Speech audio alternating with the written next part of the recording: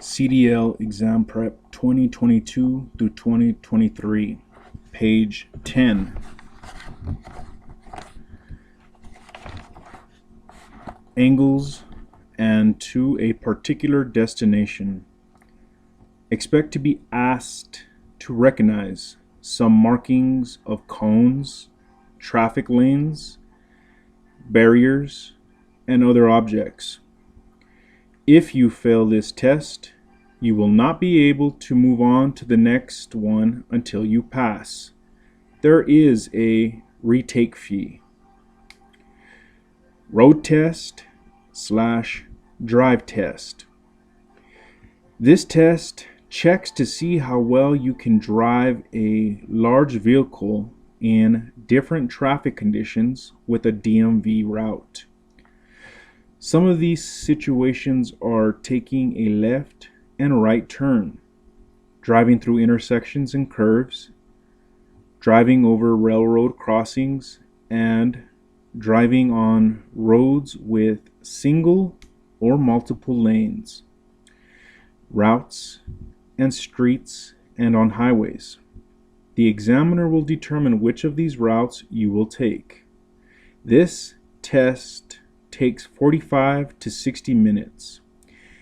If you fail the road test, there is a retake fee. These are the reasons you need to take a road test. To obtain an original CDL. To remove a ban or limitation on your license, especially because of the weight or size of your vehicle or the products inside. To obtain a passenger vehicle, PV, or school bus, S, endorsement. To renew licenses that have been expired for 2 or more years. How to check your skills test results if you are not in your state. You will receive the results of your tests via electronic channels from the center or state where you took the test. Visit a DMV office in your state to complete the application process before it expires. How long does the CDL test take? The test lengths vary by state, but predominantly the general knowledge section is 60 minutes. Air brakes is 25.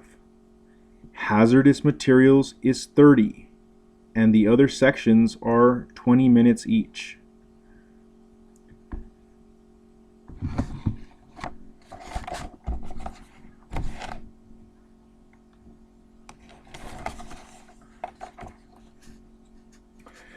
What items do you need for the CDL test? Check with your state for specific requirements. Generally, you will need a valid identity card, a social security card, proof of passing vision and medical tests, success on the hazmat test, and proof of citizenship or residence. The state agency will run a background check on you.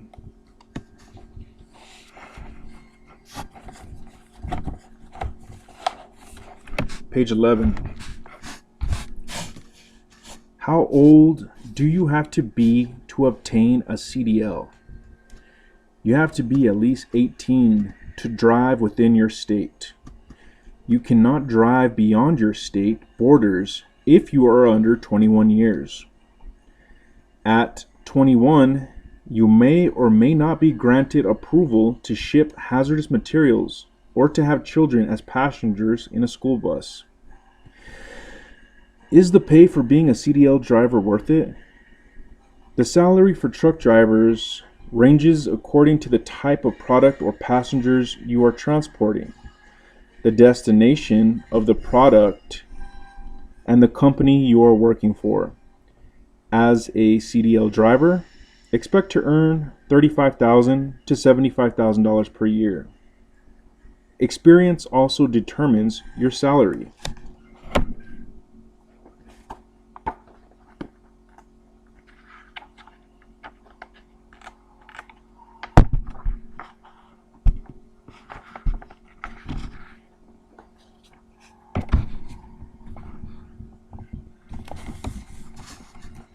Chapter 1, page 12, Air Brakes.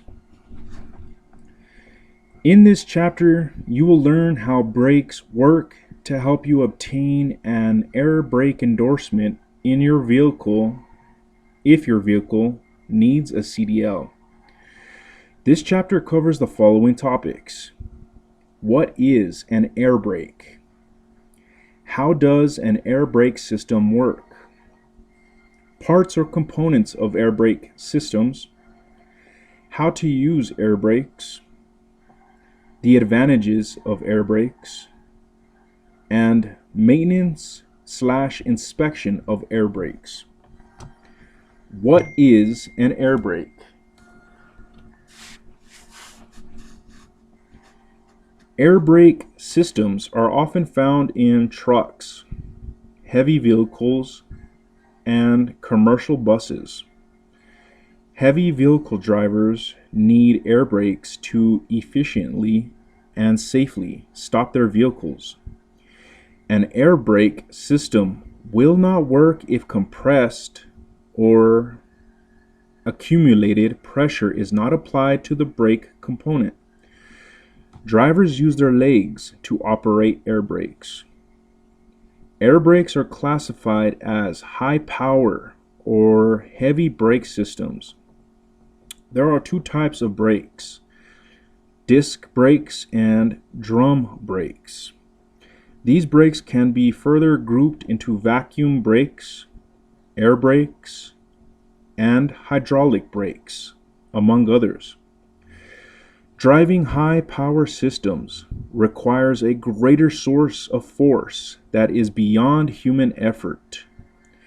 Air brakes use compressed air to supply these greater forces to operate this power system. The generated force creates friction against the brakes and the tires through the brake pads. Some mechanics prefer to call air brakes 3-in-1 brakes because the system comprises 3 connected brake systems. The service brake. This component is what you use in your usual driving. It is engaged when you press and release the brake pedals. The parking brake. When you park your vehicle, you use the parking brake. Page 13.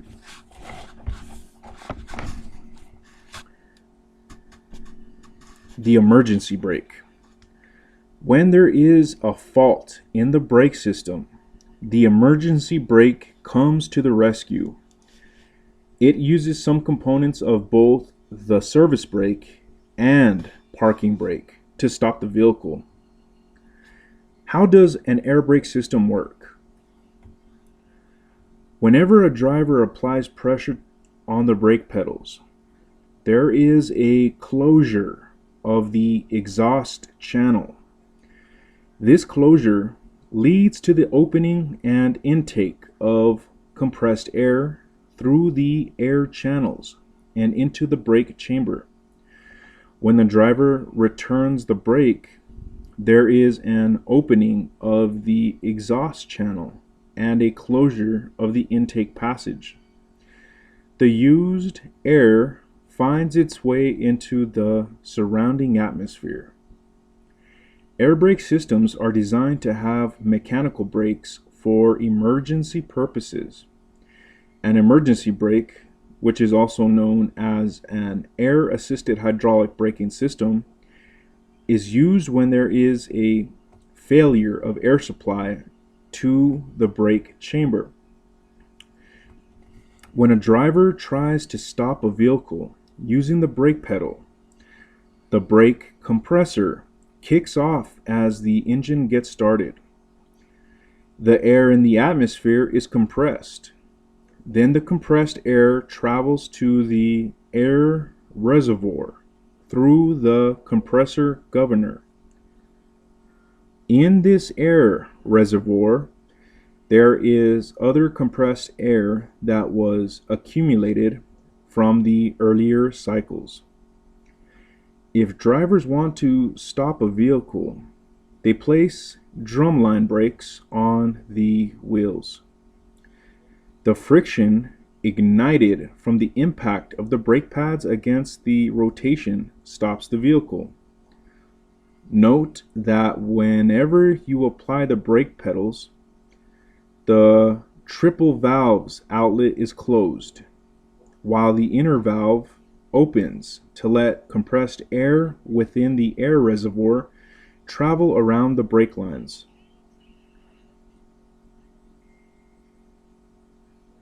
The brake cylinder, which has an inbuilt piston, then receives the compressed air traveling within the brake line system.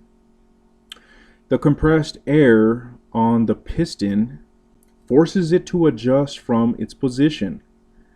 Pneumatic energy transfers into mechanical energy. Brake drums are inserted down the wheel of the brake cylinder. The brake cylinder is the house of mechanical actuators, like slacks and springs. The pressure from the compressed air increases the speed of the piston, which then enlarges the mechanical actuator of the brake drum. This expanded mechanical actuator nudges the brake pads toward the outward side to create a frictionless impact on the drum lines, which are already rotating. Parts or components of air brake systems. As a driver, you need to be familiar with the components of air brake systems. Understanding how they work will help you drive and maintain your vehicle. Also, you will be tested on how well you know the parts of air brake systems when you take the CDL exam.